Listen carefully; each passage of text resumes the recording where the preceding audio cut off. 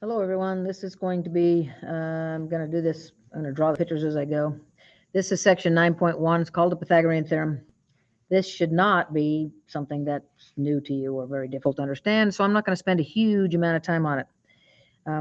When I ask my class, what's the Pythagorean theorem, almost invariably somebody will spout out right out, they'll say a squared plus b squared equals c squared, which is not true. What I should say is it's not complete. If you have no description of what a, b, and c are, then you can't just say a squared plus b squared equals c squared. So 9.1, the Pythagorean theorem.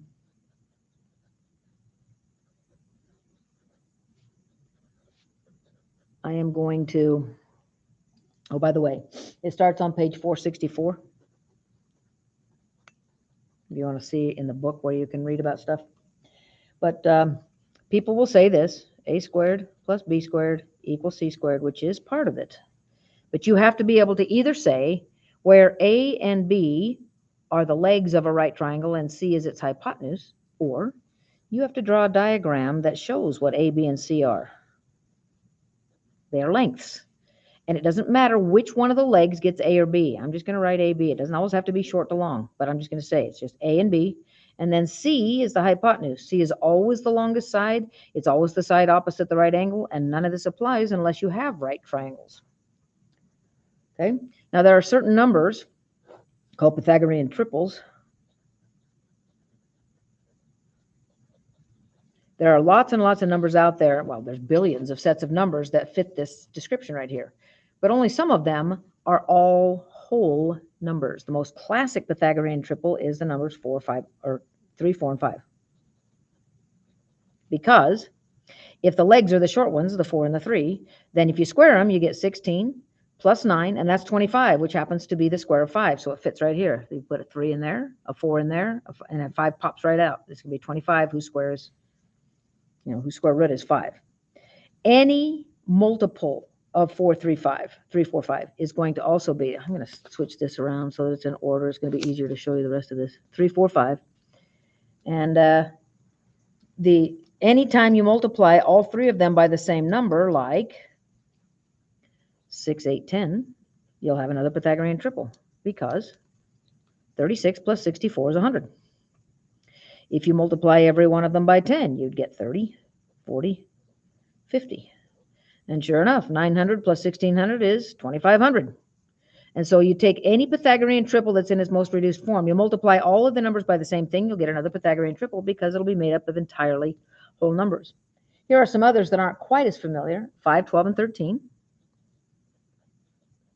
And any of its multiples. Here's why: because 25 plus 144 happens to be 169, which is the perfect square of 13. So that's a Pythagorean triple, and all of its multiples. And I'm not going to list a whole bunch. I'm not going to spend a lot of time on this.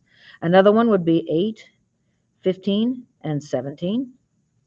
8 is 6, or square of 8 is 64. Square of 15 is 225. 64 and 225 happens to be 289, which is 17 squared. And here's another one. There's a whole bunch of them, but here's another one that is usually recognized by people who do math. 49 plus, I think it's 376 equals, no, it's something more than that. Anyway, 49 plus 24 squared is going to be 25 squared. It's another Pythagorean triple. And anytime you have any multiples of those, like for example on this one, I could have 16, 30, and 34. That would also be, by multiplying each of these by 2, I also have another Pythagorean triple. But Pythagorean triples are made up of only whole numbers. There are numbers out there, there are triangles out there that are not made up like that. For example, if I just arbitrarily give this a 3 and this a, 7, then this would be 9 plus 49, and that's 58. And 58 is not a perfect square, so this would have to be the square root of 58 up here. And these three numbers are not a Pythagorean triple. They are sides of a right triangle, but they're not a Pythagorean triple because this is not whole or rational. Okay, so when you get a radical and you can't simplify it because it's not a perfect square, then the 3, 7, root 58 are not a Pythagorean triple. They are sides of a right triangle, however, so that's the difference. The Pythagorean triples are all whole numbers, all three of them. All right, moving on. Example 1 asks us to find x using the Pythagorean theorem, and this is the diagram. This is 5, and this is 12. So guess what? I can tell you that's 13. Or if you want to, you can use a Pythagorean theorem, which is leg squared plus leg squared equals hypotenuse squared. 25 and 144, when you add them together, is 169. So if I square root this side to get h, I square root this side, I get 13.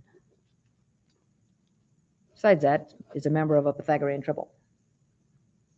Okay, here's another use of, this was example 1, this is example 2. Here's another use of Pythagorean theorem where one of the legs is missing. So the diagram looks like this. And they tell you this is 7 and 14, find this. Again, the Pythagorean theorem says leg squared plus leg squared equals hypotenuse squared. That's the equation that has to be written for that. I think you can still see that. Yep. And then in my calculator, I would take 196. Well, if you didn't know 14 squared was 196, then that's the first thing you'd probably want to do. But anyway, I'm going to take, if you can see this very well, I'm going to take 196 right there and subtract that 49, and I get 147. So x squared is equal to 147. If I square root that, I get x. If I square root that, I get the square root of 147. And there's a couple of things that can happen from here. We could, if they said a decimal form was okay, or they didn't say what form they wanted the answer in, you could square root 147. And that would be 12.124. And that's approximately. However, if your teacher or the requirements on the test ask you to write it in what's called simplest radical form, then you got to take this 147. You got to prime factor it in an attempt to simplify the radical. Now, you've learned how to do this in Algebra 1, but you may have forgotten. And maybe you didn't learn it the way I'm about to teach it, but this is what you do. You take that 147 and you prime factor it. And this is what I think. I think, okay, it doesn't end in an even number, so 2 won't go into it. And I don't know if you remember the divisibility rules for 3, but divisibility rules for 3 say if 1 plus 4, which is 5, plus 7, which is 12. Oh, 147, that, when I add those numbers together, I get 12, and 12 is divisible by 3. And that's a rule for 3s. So since 12 is divisible by 3, 147 is divisible by 3. So we put a 3 on the end of this stack, and we take 147 and divide it by 3, and we get 49. Oh, there's a perfect square. In other words, if I factor that further, I get a 7 and a 7. And every time you get a double set of numbers, that's a perfect square. 7 times 7 is 49. And so the square root of 147 is equal to the root of 49 times the square root of 3, which is 7 times the square root of 3. And we write them right next to each other like that. So if the book says, find the value of x in simplest radical form, or find the exact value of x, you got to write 7 root 3. If it just says, find x, then you have your choice. You can either round it to the nearest 100th or 1000th, or you can give it in simplest radical form. But quite often it will say, find the exact value of x, in which case your only option is this one. If you give this, you're going to miss some for not following instructions. So if it doesn't turn out to be a perfect square, you're going to have to prime factor it. And anytime there's a pair, it's a perfect square and comes out as one of those. So I had a pair of 7s, 1 and 7 got to come out. I only had 1 3, so the 3 had to stay in. 7 root 3 is the exact answer. All right, so in example 3, we've got a practical situation, which, by the way, if you've got context of the problem and you have to find the length of something so that you can order materials to make it, for example, if you're going to brace a gate, and so you find the length of the hypotenuse and discover that the length of the hypotenuse for this gate right here, let's say the gate was like this, and you knew this was 7, this was 7, this was this was 14, and you want to know how long the gate was, you wouldn't go to the hardware store or the lumber store and say, I need a couple of 2x4s that are the square root of 147 feet long. They'd laugh you out of the store. That's ridiculous. When you're doing mathematics and they want an exact answer, you have to answer this way. But if you're going in to order wood, you're going to get 12.124. They generally come in increments of 2 foot length, so you'd have to get 2 14-footers and cut them off. So what I'm saying is when the problem has context to it, you don't report things in simplest radical form. The reason I bring that up is because that's what's coming up next. It says in example 3, it says the skyscrapers shown are connected. Here's the skyscrapers. Here's one side of the building like this, and here's another skyscraper down here, and the tops of them are up here, and there's a gap in between them, and there's a bridge or a walkway that's going in between them like this, and to brace it, they go right to the middle of this thing and put a brace down here to help support that center so it doesn't fall apart. And these buildings are built perpendicular to the ground, so we put perpendiculars there, and it says, the skyscrapers shown are connected by a skywalk with support beams. Use the Pythagorean theorem to approximate the length of each support beam. And then at the top of this, they have this. They have a 23.26, and they got arrows going to both, which means they are both that long. It's not the whole thing that's 23.26. They are both. This is 23.26. This is 23.26. And to the place where they've got the anchors down here is 47.57 on both places. So we got some decimals right at the outset. That's kind of gross.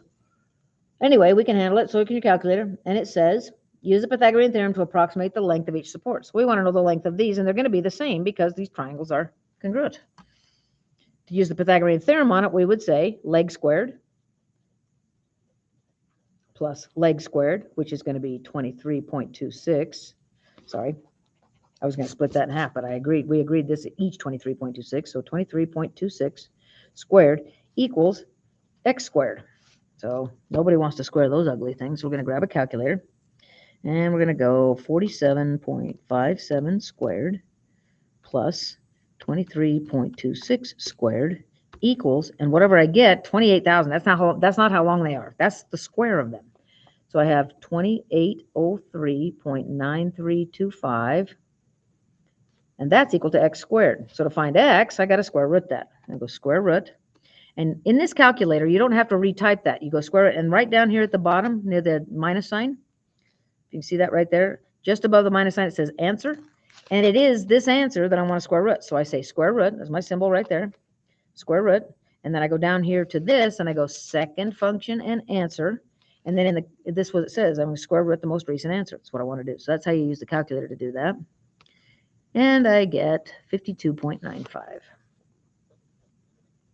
And I'm going to leave it 9.5 because these were all written to the nearest hundredth. So this I will leave to the nearest hundredth. So practically 53 feet of metal there. Okay. Problem had context, so the answer should be decimalized, not some exact form or even trying to do that. All right, example 4 says, tell whether, we're going to the converse now. The converse Pythagorean theorem, well, let me go back to the statement of the Pythagorean theorem. It said, if you have a right triangle, then this leg squared plus this leg squared equals the hypotenuse squared. On the other hand, the converse would say, if you have a triangle, and I'll give you a very simple example. If you have a triangle, and you don't know if it's a right triangle or not, but you know that this is 3, and this is 4, and this is 5. You know those are the lengths of the sides. Since 3 squared plus 4 squared equals 5 squared, we know that this is a right triangle.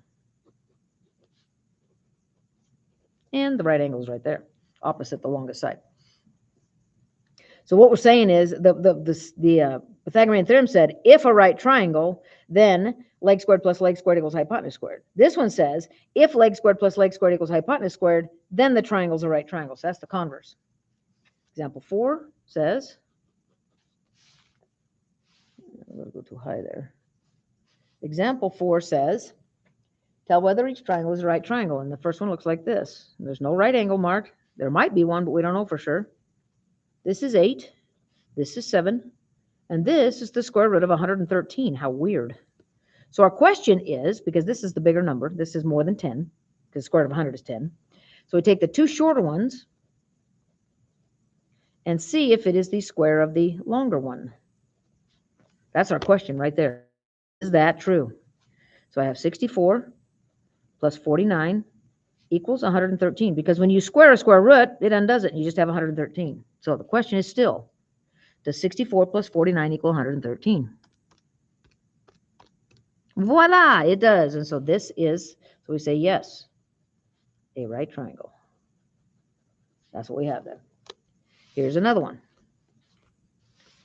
I'll leave that there like that. Okay. Here's another one we want to know. Is it a right triangle? So we have a triangle that looks like this. 36. We don't know if there's a right angle yet or not. This is 15, and this is 5. So that's one of those simplest radical form thingies. So the question becomes, this is, well, 4 times the square root of 95. This is how you do that, by the way, how you find that length. 4 times the square root of 95, and that equals 38 points. So since this is 36 and 15, this is the longest one. That's the one that has to be the hypotenuse. So here's what I do. I want to know, is 36 squared plus 15 squared, is that equal to, big question mark, 4 times the square root of 95, all of it squared. That's the important part, do it all squared. So in the calculator, I will do, set this to the side like this so we can see it. I'm going to go 36 squared. It's kind of glary. Sorry about that. 36 squared plus 15 squared, and that number is 1521. So how in the heck do you square this? Well, if you got a calculator like this, you plunk it in exactly as you see it. I'm trying to do this so that you can see all of it. I'm going to push this over here so you can see the calculator. And well, this is how you type in 4 root 95. You go 4, you hit the square root button, 95, get out of there, and we want to square it, but you don't want to square this, because if you put a square on it like this right now, it'll only square the root 95. So we have to be careful. We don't want to square just root 95. What we want to square is, so I'm going to delete that. Oops. I'm going to delete that, and I'm going to show you a little bit about editing. What I want to do is I want to wrap that 4 root 95 in parentheses. So I'm going to go back here and sit on the 4.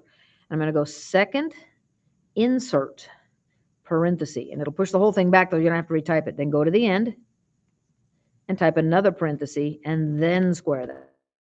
That's what you want to square. And that equals 1520. So these are not equal. This is not a right triangle. They are awfully, awfully close. But close only counts in horseshoes and grenades, as you know. So this is not a right angle right here. So this is not a right triangle. Okay, so now in example 5, we're going to do something kind of like this. We're going to discover it's not a right triangle, but the question is it obtuse or acute? Because it's not right. It's got to be one or the other.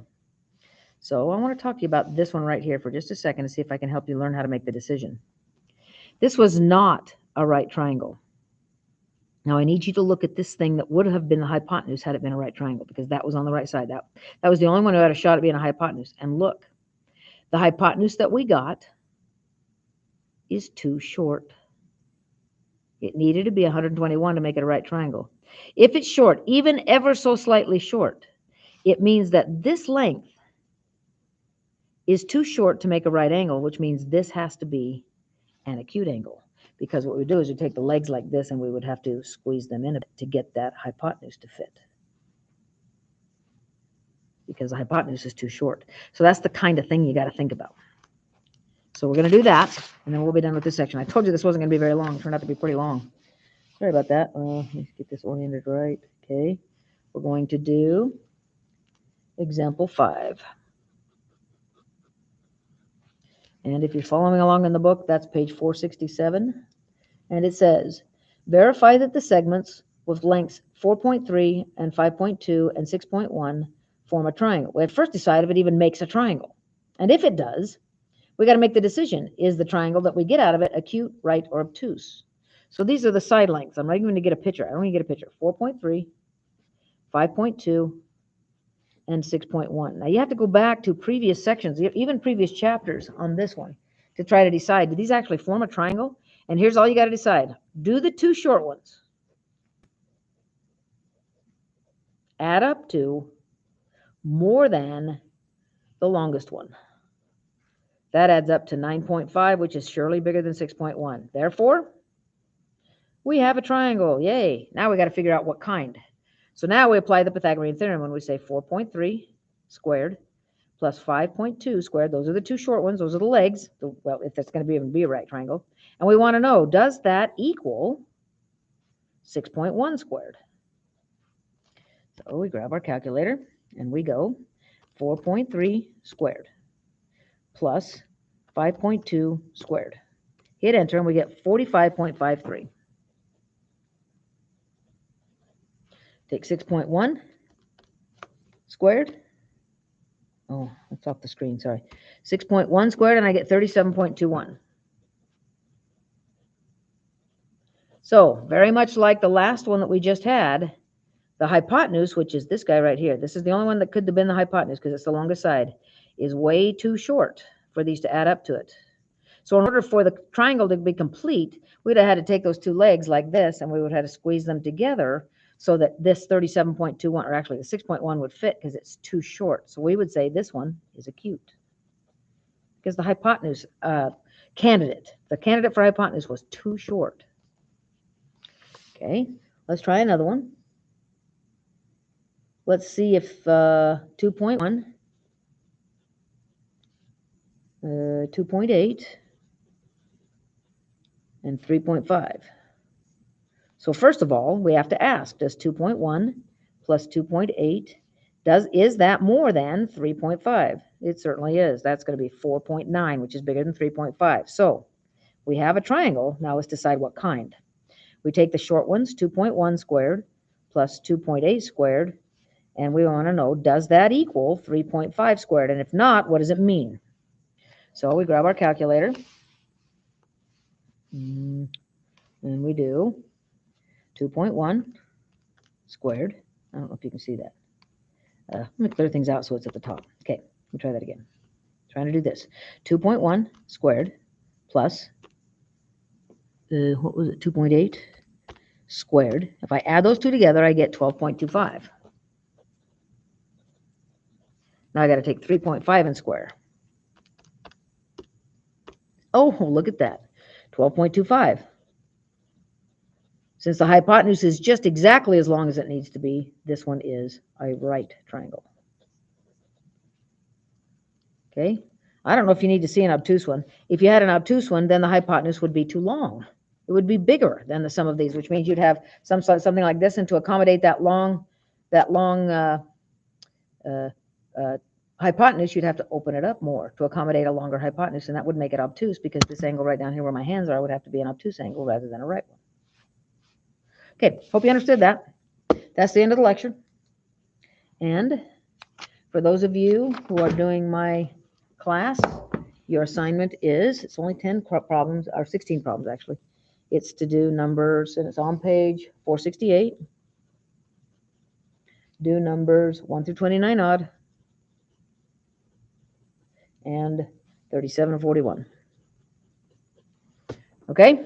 Whoops, I don't know if you can see that very well. There you go. There's your assignment if you're going to do it. If you want to practice, those would be good ones to take a look at. Have a good day. See you later.